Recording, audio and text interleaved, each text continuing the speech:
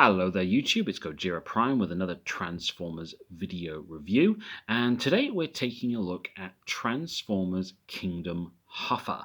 Now for those of you who are familiar with the original G1 series from back in the 1980s, Huffer was one of the original Transformers Autobots mini-bots, in that he was a very small scale figure with a very simple transformation process. Now, as far as I'm aware, in the Generations line of figures over the years, we've not really had that many Huffer figures. In fact, as far as I can recall, we've only had one, which was a very small Legends figure a couple of years ago. No, actually probably about 4 or 5 years ago now, actually. And a Power Core Combiners figure that was part of the movie line from even further back. Aside from that, Huffer's not really had any representation in the Generations line that I can remember. So this is his first proper figure in a good long while. And I have to admit, it's actually a really good figure.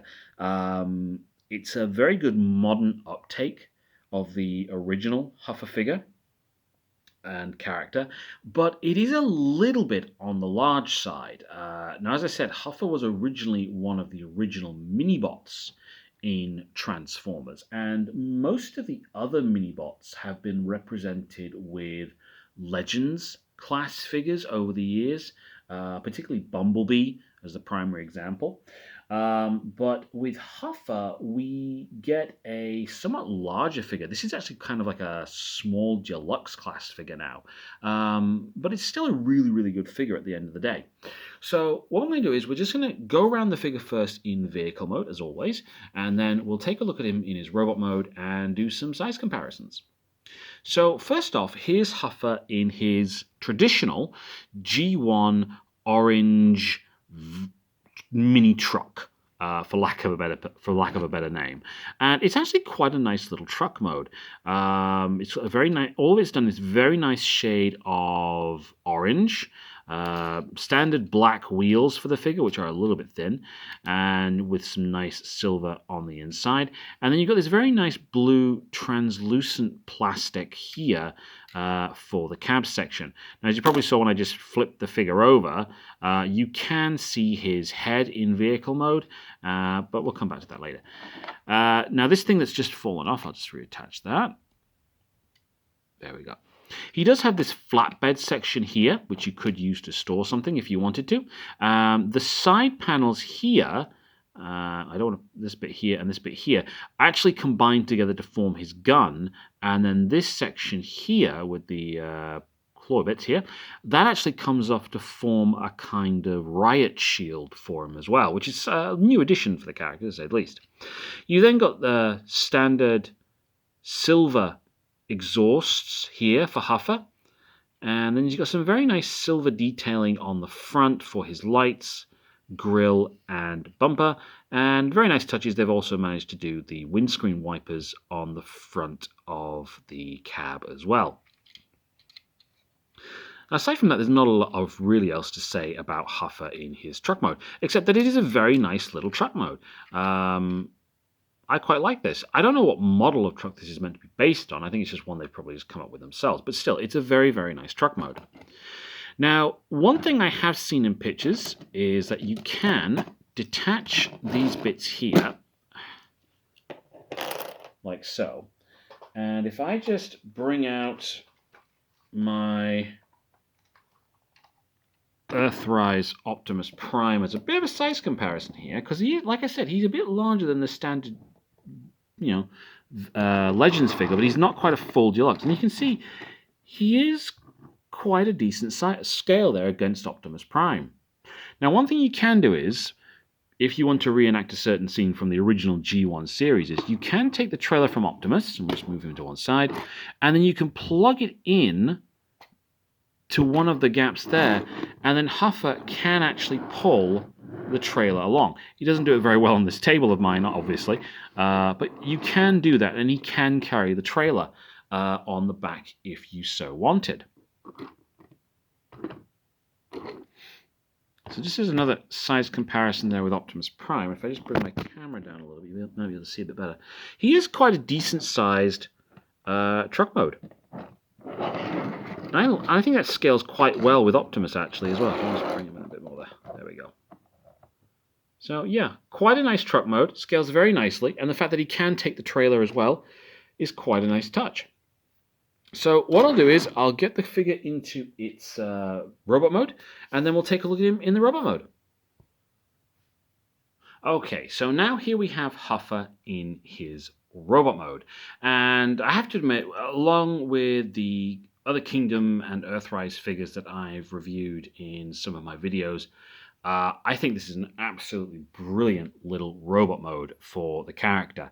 If you go on the TF Wiki page for Huffer, they've got a very nice image of Huffer from the original G1 series, and this guy is pretty much, a good copy for that particular figure, or that particular image, sorry.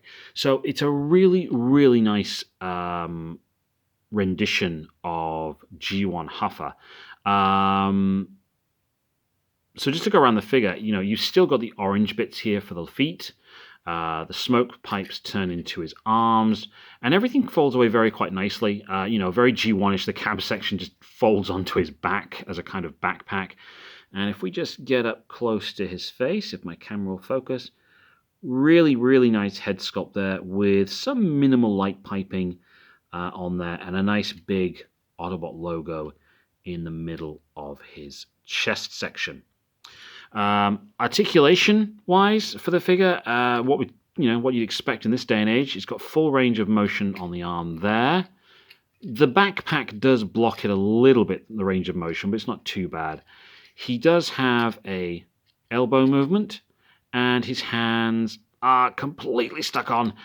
They do fold inwards as part of the transformation process, but that's the only movement that they really do have. The legs, all the way back, all the way front, and they do bend at the knee as well. So yeah, you've got a full range of motion. The joints on mine are nice and stiff, but not so stiff that you think you're going to break them. So you can get him into lots of nice little poses. And one good thing he has got, these bits here, these grey bits, form the bottom of his, or the top section of his trailer. So you can deploy these in such a way that they will help the figure to stand. And his head, if you can get to his head, because obviously it's covered by this bit here, his head will turn as well.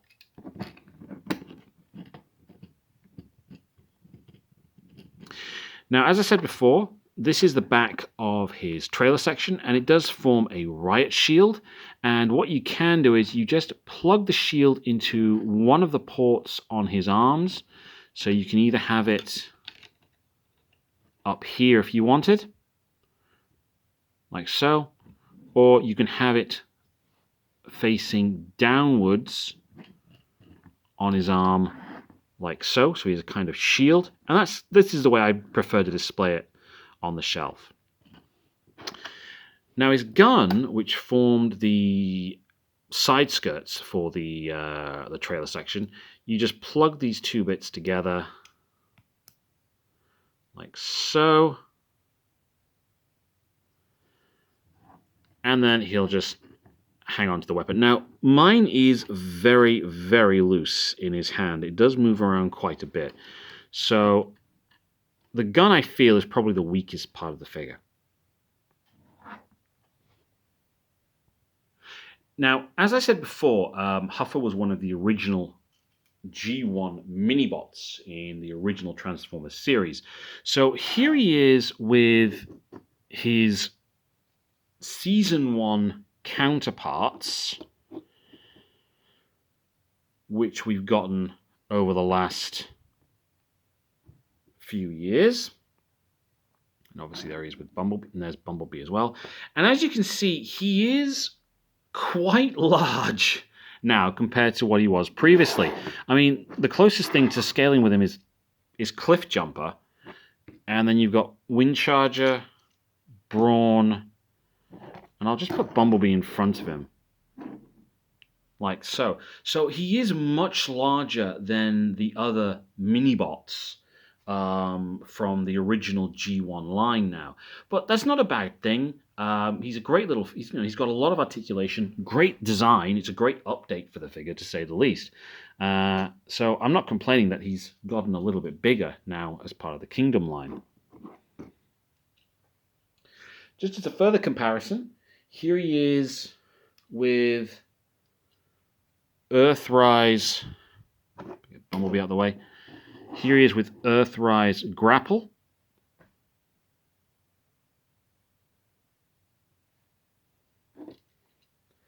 And then here he is with Earthrise Optimus Prime.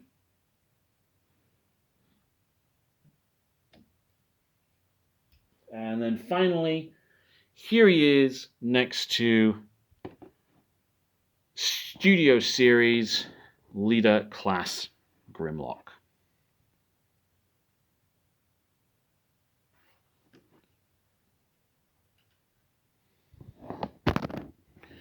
So, is Huffer worth getting? Well, if you're a fan of G1 like I am, if that's your thing, then absolutely this guy is definitely worth getting, in my opinion. It's a great little figure. I really like the vehicle mode. Aside from the gun, which forms the side skirts, not too keen on that. I think the robot mode is really, really good. The transformation process is nice and simple. It's a little bit finicky in one or two places, but aside from that, it's really, really simple, really, really enjoyable, and I really love how the figure looks. So I think if you're definitely a G1 fan, definitely worth getting. And if you're just like a Transformers fan in general, again, I think it's definitely worth getting. So that's my very quick review and thoughts on Huffer. I hope you have liked the video. Please hit the like, hit the comment below, and subscribe. Thank you very much.